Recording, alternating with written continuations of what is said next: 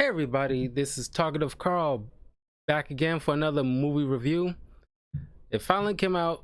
I saw it early this morning, the Cruella DeVille movie, or just Cruella, and I paid the premium access, so it was 2 hours and 15 minutes of a movie, and I was up kind of early, but I'm so excited to see this movie. And boy, I tell you, and some people might disagree on me on this, but I love this movie. By far, by leaps and bounds, a much better live action Disney movie. They finally got one. Finally. I was joking about this earlier. I talked to many people today while I was at work, man, because I'm just telling you, it. I mean, if you go to the theaters, you can, but if you have Disney Plus and you have like a spare $30 to drop, it's well worth it. You will not be disappointed. Emma Stone is fantastic. All Emma Thompson. I didn't know Mark Strong was in there too. He's always great. But it's just like this cast was. It's like the chemistry with everybody was just phenomenal. It's just personally, I believe the reason why this one worked compared to the other live action Disney movies where they failed at, because me personally, what I think, the other movies were shot for shot of the same thing that you can easily see in the animation movie that's true and blue, tried and true movies that we've seen since the 90s. But this is more so of like a prequel. So they actually made their own story that didn't kind of like go too off the beaten path of what we know what the 101 Dalmatians would be. And it didn't follow that same tired old Disney trope by making Cruella automatically perfect or anything like that, or a girl power kind of like forced girl power moment like they did with the live action Mulan movie. Whereas like if you've seen the live action, I didn't. I just saw highlights and other reviews of it, so I got the gist of it. I knew it was going to be disappointing off the beaten path. I mean, right off the beaten path. I mean, right off the bat. But this one hooked me immediately just from the trailers. When the first trailer dropped, even from watching the movie, I get the sense of and a lot of people are referencing this, Joker meets the Devil Wears Prada, or the Joker Wears Prada, because some people do, if they had like a little bit of criticism, they don't like some of the writing involved in this, or maybe like the voiceover from Emma Stone in the beginning, or even there is like a not post-credit, mid-credit scene that there might be a few people who might not like that. It was like usually the three. But I kind of agree with like the mid-credit scene, because this is gonna be full spoilers, just so you know. But we'll get to the mid-credit scenes. We'll start off where Cruella was born with well, I guess it's some kind of like, I don't know if it's some kind, I don't even want to call it a defect, but she was born and her hair, when it like grew, it's automatically like black one side and white one side, which, by the way, once I redo my locks and everything like that, I'm going straight like Cruella DeVille and like have one side white and highlighted white on the locks on one side and leave it black on the other. I'm going full like Cruella DeVille. Like, I love that look. Emma Stone is making that look so good. I love Emma Stone. She chewed the scenery to bits. I just love her every bit in this movie. This is like a better Joker almost to me. than the actual Joker movie. Like I agree that the Joker movie is like a really good film, deserve its awards and everything like that. I wasn't I could have done without it anyway. I didn't really care for the Joker movie. I didn't think an origin story to the Joker is even required compared to many other villains they could have possibly done. Joker is the one character that does not require an origin story. But I digress. It's still a solid film. But this one kind of feels like not I wouldn't say done better, but it's just like Cruella de Vil looks like she could easily be like a Batman villain straight up. Like it could be easily be set in like a Elseworlds Gotham City kind of thing, and like she can easily be like one of like a Batman villain. But anyway, when she was born and became of age, she was her mother was sitting there making sure she go into this like very preppy school, and of course she was constantly getting into all kinds of trouble. Eventually she had to be pulled out. Her mother brought her all the way to this mansion to, well, we'll know like a few minutes in a few other scenes down the line, to be the Baroness. But the villain of the villain to the villain of this movie. And as soon as which I kind of like this dynamic, like as soon as like little Cruella, well, her name, well, mother gave her is Estella, and every time she gets a little I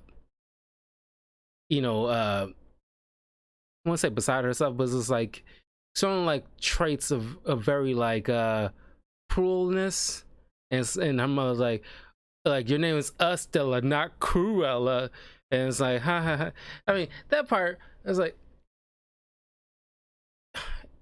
it was cringy. I can see why it could be cringy to people, but it was barely passable for me. It's like, I'll let you have that one, because I want to see how the rest of this film turns out before I judge fully. It's only like early in the first arc. They was heading off to London, but they made a quick pit stop to this fancy dancy soiree at this mansion. And the while the mother was talking to this Baroness, because like along the way Cruella picked up this little puppy.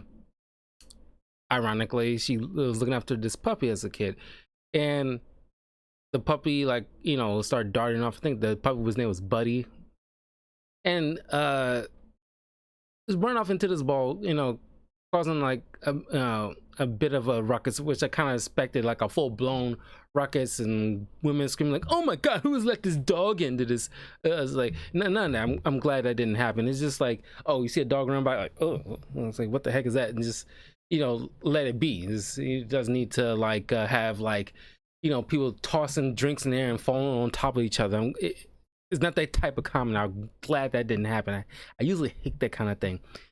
But when she got her, and then like along the way, the little dog, her dog, saw these 3 Dalmatians belong to the Baroness, and I like the way it's like it's slowly feeding her. Like if you ever watched the first animated movie of the 101 Dalmatians, she had this whole thing against like Dalmatians, and even to the extent it wanted to turn them into a coat.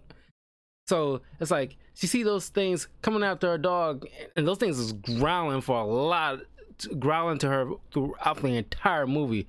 It's like just like and there's a lot of scenes where she like throwing dagger eyes at those Dalmatians, and it's like I like the little seeding, the eventuality of her like animosity against these types of dogs. But and matter of fact, Dalmatians, because of 101 Dalmatians, I'm not a dog person, but Dalmatians will be my favorite type of dog. because it would be because of 101 Dalmatians. But anyway, the Dalmatians, chase her out of the building, and then like they darted around and like knocked into her mother because they was like literally talking. Why would you have a conversation near a cliff area? You really want that privacy should at least be in like a her private quarters or something, but you don't near like a cliff where anything can happen. But anyway, those dogs knocked the mother over to the cliff. She died. Um, Cruella ran away. She went off to this fountain where she and her mother were supposed to have their first day in London. They're having tea by that fountain. So it was like she chose that spot to just kind of like her pseudo gravesite just to talk with her. She met up with Horace and Jasper, her future henchmen. But here they're like, partners in crime. They're, they little thieves, and they have like their own little family dynamic going on. They trust each other. They thick as thieves. And growing, and they as the years went by, they grow older. Now then like they're like mid-20s at bare minimum. And they still pull off these cons. It almost feels like some kind of like part of this movie kind of feel like a caper, almost like Ocean's 11 type of stuff.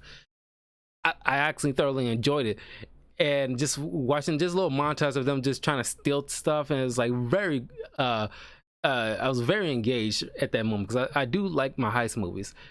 But every so often she stares off into these like billboards and posters and all these different ads throughout the London city of the Baroness and all this fashion and stuff. There's a lot of fashion. I'm not a fashion guy, but the fashion is probably even better than what we have in real life for some reason. And it's like, I'll be more engaged into this whole fashion stuff if they pull off stuff like that you see in this movie, because this is like very cool outfits. And I'm pretty sure if Suicide Squad gets an award for their like costumes and whatnot, this better definitely get like some kind of award for something like that, because the costumes are phenomenal. Especially Cruella de Vil stuff. It's like they put in the work to make sure every time Cruella makes a scene, her outfits are just a standout. And it's like, it tells me this is like, I wish I was girl, because like I definitely would have like gone as Cruella. Matter of fact, this Halloween I'm pretty sure there's gonna be a lot of Cruella de Vil's costumes on display, ready for purpose. It's gonna be selling like gangbusters. I kid you not. And that's why at the very least I'm gonna go like have these do the hair thing when I redo my locks later on in the fall. I'm gonna wait till like they're ready for another go through. But anyway, when Jasper, the skinny one, when I love how Horace and Jasper, I mean, if I gotta say though, well, nobody's annoying in here, which is oddly enough, because like other Disney live action stuff always have a handful of annoying characters, or at least bare minimum one.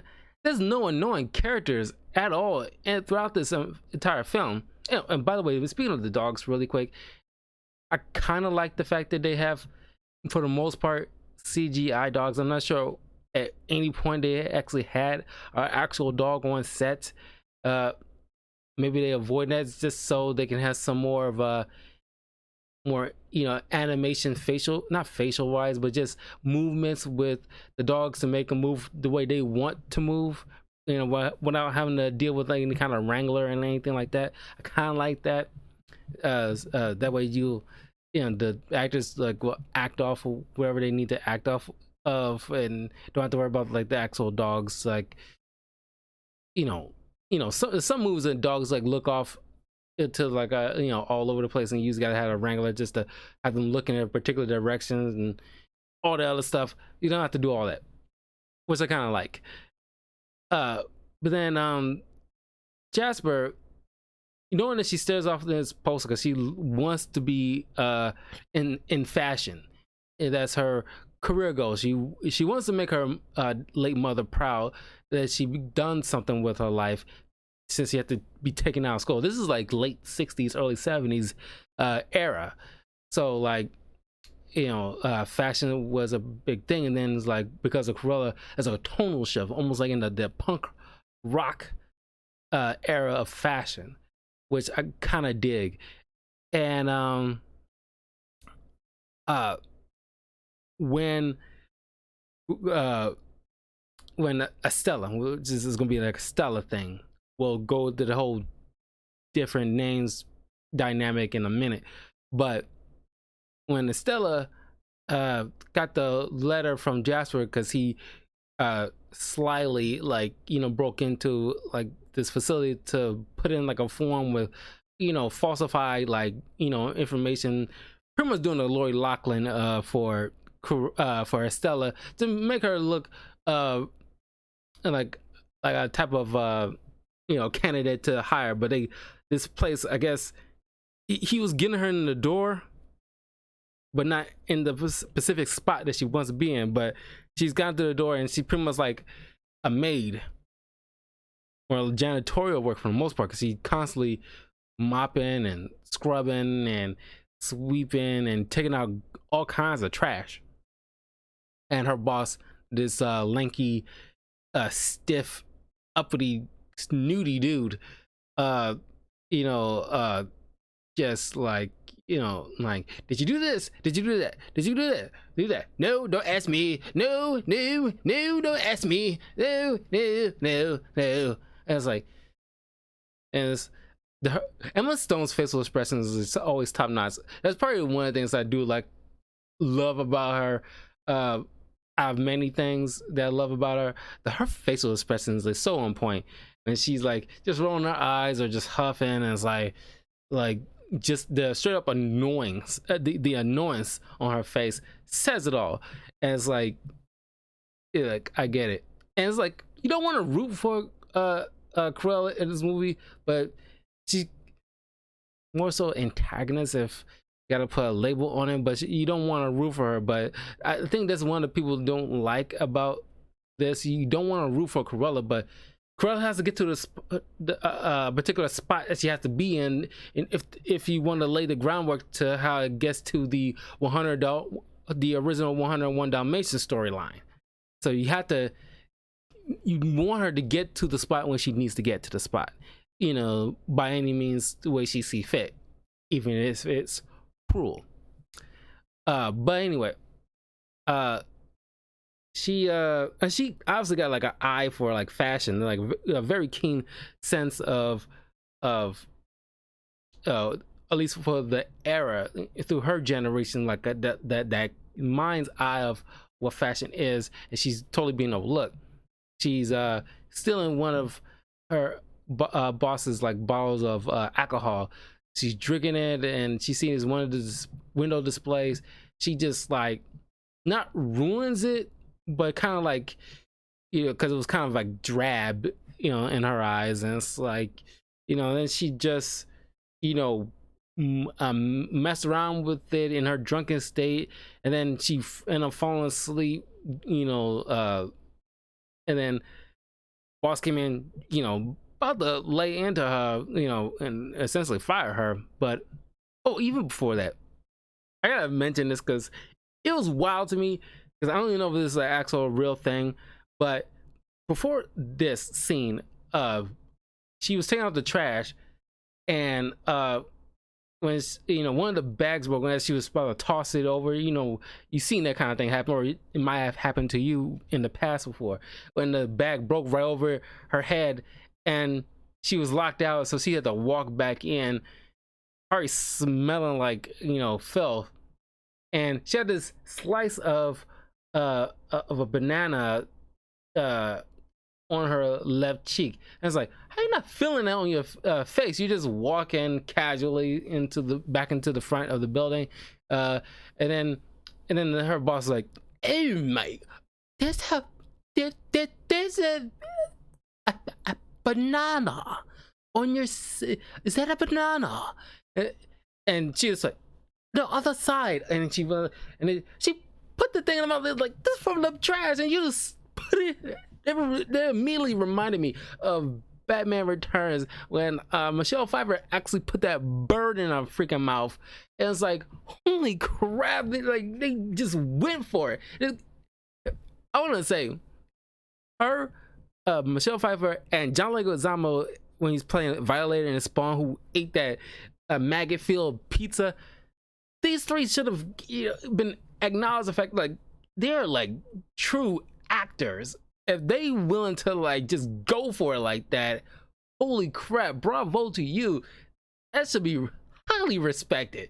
Because like, I don't know how many people would just willing, because I don't even know if that's like just like a fresh banana and it's pretend to be garbage, but it's like you're making garbage just to make it look like garbage that she's taking out, and it's bursting over her head, and it's like it might be still be fresh, but it's like she ate that sucker. Like, holy shit. She ate that sucker. I was like, oh my god, that's so gross, man. I love it. Oh, man, I just love this. I like, after that, I'm all into this movie. I don't even care anymore. They don't care anymore. I don't care anymore. I'm so into wherever she's doing. I'm into it. Then the Baroness who comes in, of course, it's years later. She sees the window display, approves of it because, like, I guess prior to that, she always thought it was just as drab as Cruella did. And then she pretty much got her like a kind of like an internship or something like that to in like her little I don't even know what it's called, like a workhouse, but it's just her like building, and like she has like her own little private office upstairs, and people down below is pretty much like this area. I don't even know if you call it. It's kind of like their lab essentially, but just for a lot of mannequins and dresses that they sewing and all this other stuff together. And Estella got her way in finally, but then she does a particular dress because it's like a funny moment because the Baroness is like a piece of work. Emma Thompson just makes character. I mean, she kind of is typecast to play characters like this in a lot of movies, but she plays it so freaking well, and I love her for it. But then she just like ugly, well, you're fired. And it's in the trailers, and then it's like she look at Estella's work, and it's like not too bad. And then she got this little like old school, like what looked like those old school razor blades you shave with, like handheld thing, but I think she uses like like a blade to like cut fabric or something like that. It's probably like maybe like an old school kind of cutting tool for fabric back in those days during like the late 60s during those fashion stuff. And she just like wielded like like such finesse and just like zip, zip, zip, and like just cut the seams a bit in a particular way, and she nicked Estella,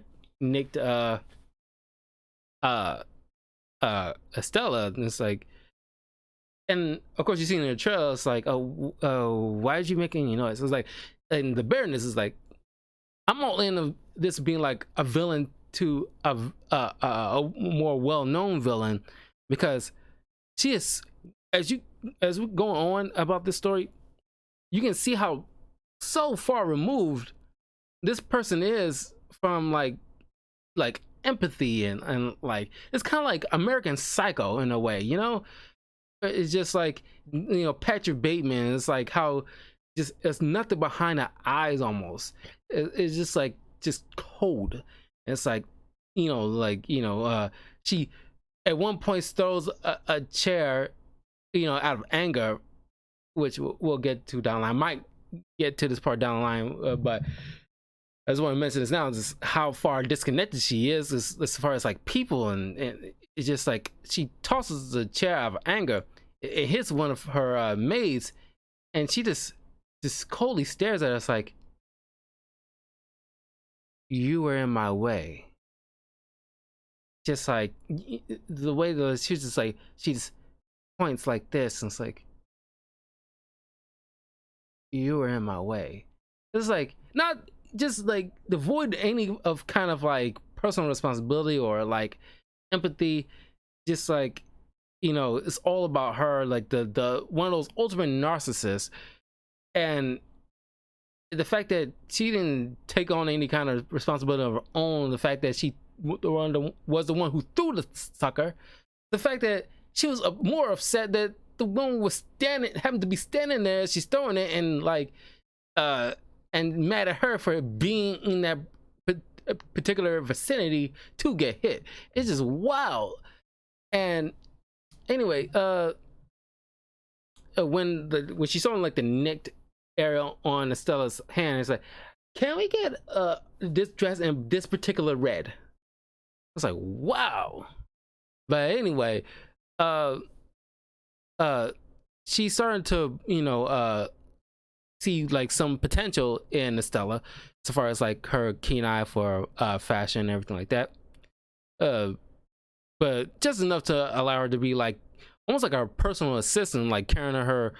She has several, but she's the one in particular that she's like, more of a keeping an eye on, as far as like some modicum, like the way she put it is like, because she ordered her to fix her this very complicated lunch for her, and she did it, as she was told, brought it in, looking at this and like, finally somebody isn't too incompetent.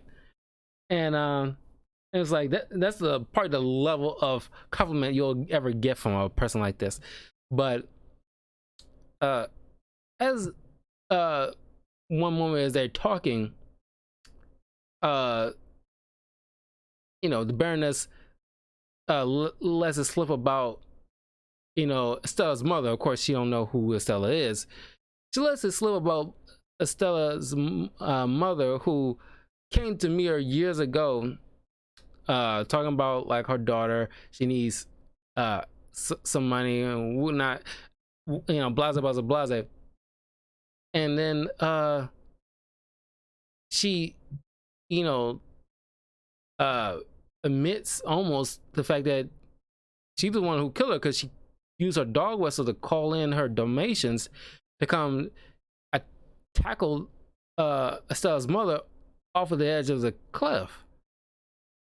And it's like, and then she like was what even brought this conversation on, because like Estella noticed a necklace she was wearing, a necklace that her mother gave her, that she dropped when she was running away after she witnessed her mother's death, that she for the longest time was blaming herself for. And this woman was wearing it, and you could see like behind her eyes, she was like, a glitch just almost went off in her freaking head. Like, did this bitch steal my dead mother's necklace? She gifted to me this? And it's like, and then she carried on. It's like, how like she just pretty much laid it out. Like, yeah, that's like I had to deal with her, because she couldn't whine about some kid that she wanted me to help her, financially with, or at least trying to, well, the way she put it is like, extort her out of money to help take care of a child. So that Estella found out why they had to make that pit stop at that mansion, because she was pretty much like, asking for money. But that's when Stella went back to like the home. She was just like, all right, this is when that soul transition between, because there was like a clear split, so like a break in, like this is giving like the Joker stuff, because like we'll get to that, but you see like this is where the crucial split here, because they hatch a plan in order to steal back that necklace, but she knew she can't go in as herself. So she took on the name of Cruella as an alter ego, and because she for the longest time was dyeing her hair so she won't be recognized, or just like, you know, too much attention going on her, as they're trying to rob throughout the years. So it's always dyed her hair. Now she just just removed the dye entirely and just went all natural with her black and white hair, and just come in, you know, as you seen from the trailer, come in with this big old white hooded gown. She burns it off, and then just this red dress underneath, and it's like amazing fight. This is like one of the amazing scenes out of this. I love the look of that scene, and like it's like the transition. Like she finally get the. I think this is the moment when she actually get to be herself in a way where she like Estella was kind of like the whole Clark Kent Superman thing. It's like her Clark Kent Estella persona was a costume, and this is her true self, since she finally get to let loose a bit, and it's like she's like her body movements is like so like freeing. It's kind of like the way the Joker, I think, shoots those like Wall Street dudes, and he's in that stall and he just like starts dancing, and just like he felt more alive in that moment than previously in the other scenes. And I think this is like that kind of moment when she's kind of like she had to be herself, that she for a mother for the longest time trying to repress, and she using this Cruella persona in order to get out there and show up this woman, ruining her little moment just to get her necklace back. But then of course they didn't get the necklace because it was on her the Baroness's person at the time, not locked in the vault. But then she started to have some plans, just use this Cruella persona just to ruin her career, her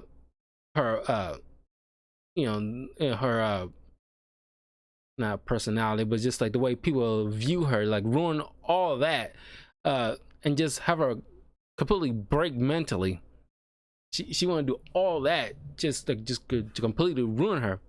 But then she's starting to embrace that that Cruella personality. Is like, no, I am Cruella, because you see, like, because for the longest time, like, her, Jasper, and Horace was like thick as thieves. They're like partners. But then once she started fully embracing the her Cruella side, it's like she stopped treating them like partners but henchmen now, which Jasper took notice and was like, telling her like, you never used to talk like this to us. You're being rude, and it's it was like, and of course, like, for the most part, Horace doesn't really contribute much to conversation behind like, is there an angle? Or like, turn on the telly. And it's he's funny. I like him, but if there's like a minor person like I really like, not that I hate, but just like if I had to put on a low on the totem pole, it probably would be Horace, but not by much, because I still love everybody involved in this because the chemistry is like palpable. But anyways, like then she's like, wearing all these awesome outfits, and then my favorite ones were her and the cane and that, all that black punk outfit and stuff, and she's like, just like just all freeing, just like, like where's the fun in that, darling? So it's like just like all just in her chair, just like, just doing her things, like, she's, as Estella, she was more like reserved, and like you can tell the acting chops from Emma Stone, the fact that she was just like, like the Clark Kent thing, like Clark Kent like hunches over, doesn't look all that tall, he plays clumsily, the glasses is like just to he doesn't look directly in people's eyes and stuff like that. But when he turns all that off, big, he stands tall, he's confident, he's smiling, he looks into your eyes as he's talking directly to you, like he's listening to you and he wants you to listen to him. And just like, you know it's like that. It's just like he's himself. And that's why I see when it comes to Cruella and the personality of Stella. But as that transition keeps going, you know the Stella personality just fades. It's like it's less and less. And it's like, even when like she eventually started using Estella as like the costume just to do day-to-day crap, like going to work and stuff. But it's more so just to gather more intel, so she'll know when the Baroness's next fashion party or whatever that she has going on, so she can be able to crash it as Cruella. Because it was just like awesome. It just, every time she crashes a place, it just looks crazy, unique. And honestly, it's like, I don't know, I think the one where they actually had like a band playing, I think that's probably my favorite part, my favorite little showmanship out of everything. But then of course, the Baroness finds out about the henchman connected to Estella, figuring out that, yeah, they're one and the same person. Try to burn down the house that she lived in, around her while she's tied up.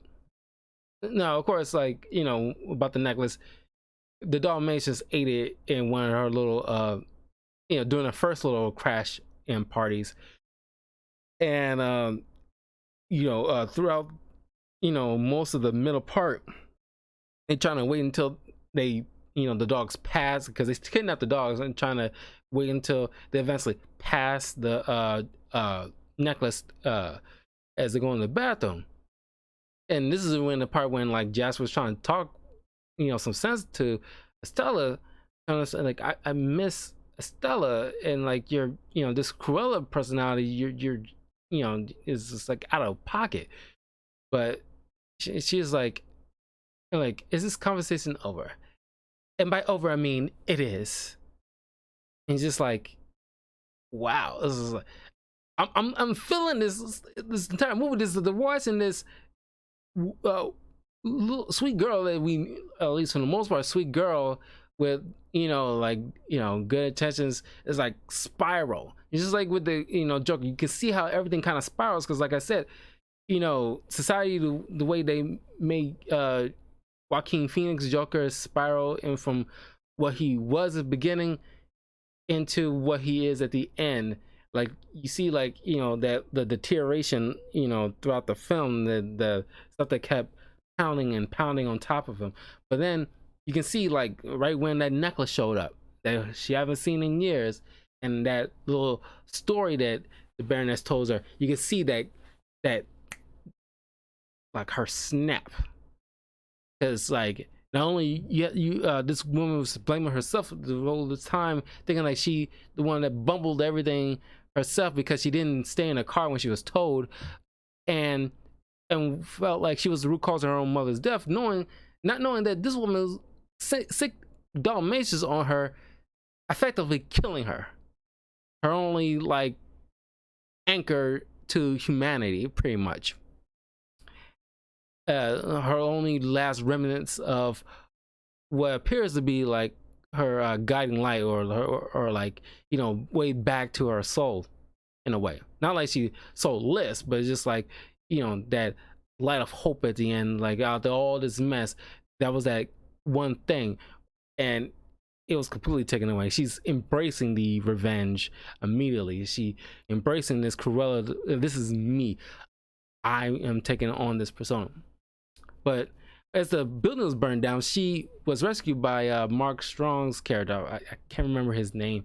I know he's probably in the 101 Dalmatians animated movie. I don't know in what capacity. Probably butler, like always, or something like that. He pulled her out, brought her to and her dogs to his house, and explained to her what truly happened, that the woman she knew as her mother wasn't really her mother. It was one of the Baroness's maids. The Baroness was her mother, truly. And the Baron that she married to, he was like a good man, but when she found out that she was pregnant, she was, I guess, angry. It was like, as soon as like uh the baby was born and the Baron was, you know, gone on a business trip or something like that, she ordered Mark Strong's character to like kill it, or she might just say get rid of it. Like, and he knew what he meant either way. It's like, you know, you want to kill your own child, a baby no less. It's like, that's what I'm talking about. Like, the callousness of this woman is like that deep that she tosses aside, like a thing from her own, a person that came from her. She has no qualms of just tossing it in the river and let the crocodiles have at it. That kind of like disconnect of humanity is just like that level. Like, I'm like, how the hell she get to that level? But then it's like, yeah, he disobeyed her. Essentially, had one of the maids, run away with the baby, live her life, away from her. Like, she won't think 2 seconds about the baby once it's out of this house. You just go, and just raise the child, whatever, just be a family. But that's how you see where it leads to, because this is why she had to came back, because after the whole situation with the school and Cruella, she doesn't have any at least any kind of personal income coming her way. I don't know what she was doing for work, or she was working, but not enough to like afford, because she probably spent a lot of pennies, or whatever last penny she had, to uproot her and Cruella to move to London to find a place and all that stuff. It's like, they essentially was homeless, but it's just pulling up a front for her daughter's sake. Cruella, pretty much like really got like beside herself, and the proof it was in the necklace, when it was turns out to be like a key inside that unlocked like a little box that had like the birth certificate and everything like that, showing that, yeah, she was the legitimate daughter of the Baroness, and which explains the mood swings as a kid, and like how often she got into fights. And when she visited the fountain where she usually talked with her mother, she just tells her, don't get me wrong, I love you. I always will love you. You will always be my mother. I will never acknowledge this woman as my mother ever, but you are my mother. But I hate you for keeping this away from me. And Stella's going, call me Cruella. Call me Cruella. And it's like, I always love that. I love that part in the trailers. So I'm like, call me Cruella. That's like, I don't know why I love the way she expresses that name, but I just do. Hey, Daniel. But anyway, yeah, so she and her Horace and Jasper do a final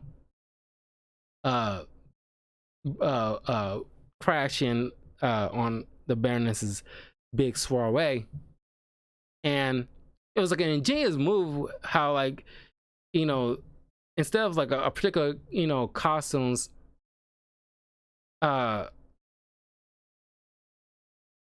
did you see like the Cruella movie, Daniel? Because like I watched it early this morning. It's phenomenal. It's phenomenal. I wouldn't say phenomenal. It's no Citizen Kane or Dark Knight, but it is still a good movie. Matter of fact, it's definitely better than any other live action Disney movie that came before it by leaps and bounds. I'm just saying. But anyway, yeah, she in like a genius move, rearranged like the type of like, because her party guests would have gotten a particular costume, but she changed the order of the well, you might want to, because I'm spoiling this, but I'm almost done anyway, so you might want to just I don't know, like 15 minutes, come back, because I'm gonna be like doing another video about like about the Iron Fist character. I will be doing like a video just shooting the shit about that particular character, but you'll see. But if you don't want Cruella DeVille movie spoiled for you, just exit out, come back in 15 minutes, because I'll have like a new video of it running. But anyway, well, let me get some to drink. Give him time to exit out so he doesn't get spoiled.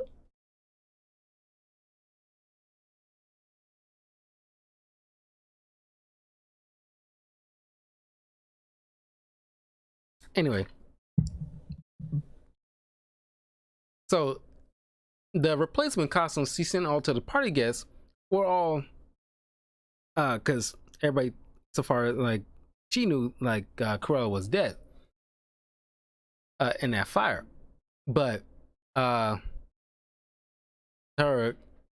costumes that she sent to the people were all pretty much a Cruella DeVille costume in a way. And so the Baroness like looked up upon the crowd and was like, she's here, I know she's here, I just can't find her. And she's like, you can see the furiousness in her eyes when she's looking upon the crowd and her guest is wearing Cruella DeVille costumes, and she's just like, just seeming with anger, but just pulling on a front, putting on like a brave face throughout the entire scene, toasting to Cruella as like a pioneer of fashion. But when of course Cruella pickpocketed her dog whistle off her person among the commotion, and she in her Estella persona out on a terrace waiting for the Baroness to like come outside when she tricked her to come outside. And of course the Baroness tried to sick her dogs on her, and then as soon as like the dogs was about to be up on her, just a baller boss move, just like sit, and then just command, like just like commands, like they recognize the alpha immediately, even more so, just stunning the Baroness immediately. But then it's like, okay, I'll talk with her. But then she lays out like, yeah, I'm your daughter, like I'm the daughter you try to have killed. And then in like a sly move, all Cruella's allies escorted, convinced all the guests to come outside to on a terrace, and while the Baroness trying to come in for like a hug. And I like this because you rarely see, I don't know how often you see this in movies, but like Cruella's like, oh, are you just gonna push me off this cliff or something like that? It's like just acknowledging like the very like meta, almost like a meta thing. It's like, you're not pissing me off this cliff, are you? Are you not just gearing up to push me off this cliff? And then she just hugs her, and then like gave it a second and just pushed her. And in view of the entire party, including security and everything like that, because like she didn't know they was watching the whole time, she thought it was by themselves, and she trying to like just fake it like, uh, like, it was a trick. She went off, on her own. Uh, uh, uh, I feel faint. And, and then they wasn't buying it. They saw it clear as day. But in like a slick move, while she's being arrested, like Cruella came up, in like her new automobile, the DeVille, um, and and showing like a replay that her dress that Stella was wearing was like a makeshift, like had like a parachute tucked underneath it that she kind of like ripped the cord and kind of it was like a weird little CGI moment almost. It's like not CGI, but it's like weird green screen where she's like, obviously not really floating like in the ocean. Obviously, it's not she in the ocean, but it's just like it's like a weird the way like it looks when she's landing into the water. Is like, it's like she's staring coldly and just like it doesn't show any kind of emotion like she actually landing in the water. She's like just like knowing she's about to land in like something else in real life, and the green screen was supposed to take care of everything else, but it's just like that I found a little bit off. But anyway, but that didn't take me out of the movie really. But then uh she Cruella made in a way once like it was known in the papers and what have you that Stella was legally the daughter of the Baroness and rightful heir to all her money and estate and everything like that. And then she also, in turn, in case of her death, she leaves everything to Cruella. So now Cruella owns everything the Baroness had, every last penny, every house, any bit of business, everything. She owns it all. Now I gotta say, oh, and then of course, she there's like a mid credit scene where she leaves one of the Dalmatians. There's three Dalmatians. I'm not sure. It was a little bit confusing because Forrest made a comment that one of the Dalmatians named Genghis, I guess Genghis Khan, was a little pudgy, and I'm sure supposed to be referencing that dog was pregnant, but I could be wrong-ish because that would insinuate, because like in the next scene when one of the dogs, Pongo, goes to this lawyer, or at least a musician that used to be the Baroness lawyer who you see every once in a while throughout the film, and then there's another Dalmatian dog out of the three that went to this reporter girl that she went to school with, Cruella went to school with, that grew up to be a reporter, or at least like a photographer for like this magazine that takes pictures for like all the fashion stuff. She left the female dog to her and the boy dog Pongo to him, and that's supposed to be the two characters that meet up in the animated 101 Dalmatians movie, that meet up and get together, and those two dogs come together and have all those puppies. But there's the one thing I gotta be upfront with you that did confuse me, is that in the animated, of course this is like I guess a retelling, but in the animated film, because the dog had like the dogs well, it's an anime movie, dogs talk, but they, Pongo had like an inner monologue thing going on, but it's like they did not know each other like that. In this movie, they clearly know each other because they've been around each other. Like these dogs are not stupid. They know each other, and the fact that they, in the anime film, is it's supposed to be like this is supposed to be a prequel to that, they should know each other.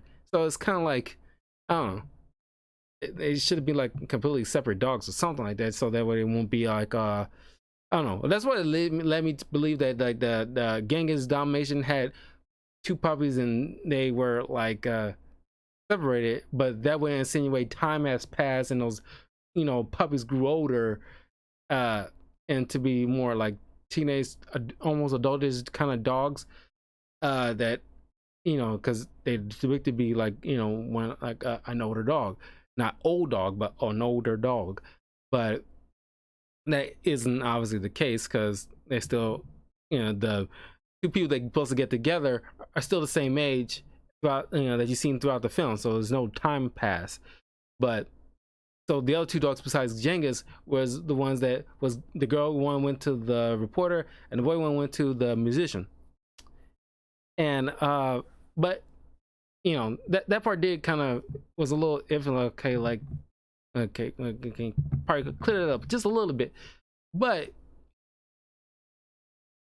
even though I love this film, I give probably like a B plus, A minus if I gotta give it a grade for anything. But the one thing I really wish they did, and this is PG-13, I kind of wish they kind of really pushed that PG-13 rating just a little bit, to the edge, because there was one moment where you swear, because I think it was like the second, or I think it was the second time when Cruella crashed the Baroness's parties, and she's wearing like a Dalmatian, coat, and it obviously was fake. But for a split second, you don't realize it was fake until after the scene. But for a split second, even the Baroness commented like, "She turned my dogs into a coat," and it's like, holy shit, she killed those freaking dogs. It's like because that's what was her overall goal in the original animated film, and she wanted to turn those Dalmatians into a lovely coat, the way she put it. And it's like, here she actually did it, like, holy crap. But no, it wasn't real. The dog's still alive. But it was like, it would have been a better move to actually have her kill those dogs, even though people, Horace, Jasper, and the Baroness, like, everybody would have been like, totally against her, with because when she make these little offhanded comments, like one moment when she's looking at, after they kidnap the dogs, she's looking at one of them, is like, I bet you make a lovely coat. And then like Josh was looking at her all crazy, like, what are you saying? I'm joking, of course. It's like, you was being dead ass serious, like, you crazy woman. But God, I love her. It's like I always dig crazy chicks in these movies. It's like Catwoman and Batman Returns and Harley Quinn's, like, these kind of like crazy chicks, these badass crazy chicks. I was like, I don't know, especially when they do this whole goth looking thing, or at least punk rock looking thing, because it speaks to me growing up in the 90s. But anyway, yeah, I mean, like, I really did wish they kind of pushed the boundaries a little bit with the PG-13 rating, because the Baroness and Cruella de Vil, these are villainous people, and you really want to see them like because throughout the film you see like the Baroness tase people, throw things at them, and accidentally cut them, but not give two craps about it. I kind of, I mean, of course, you leave like Cruella in the house to burn and frame her friends for the murder, and wanting to kill her own baby. But it's kind of like, maybe push it a little bit further.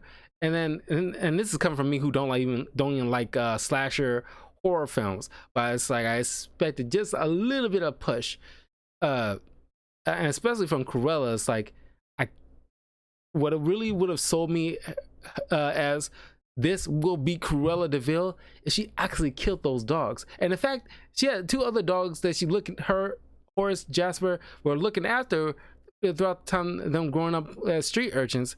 And I'm thinking like, okay, at what point is she either these dogs are gonna die by other certain means, or she's gonna kill them herself? Because like, I don't know, because it's more specifically against Dalmatians, but I don't even think, it's been a while since I've seen the animated movie. I don't think she likes dogs in general, or at least she might just not like Dalmatians in particular.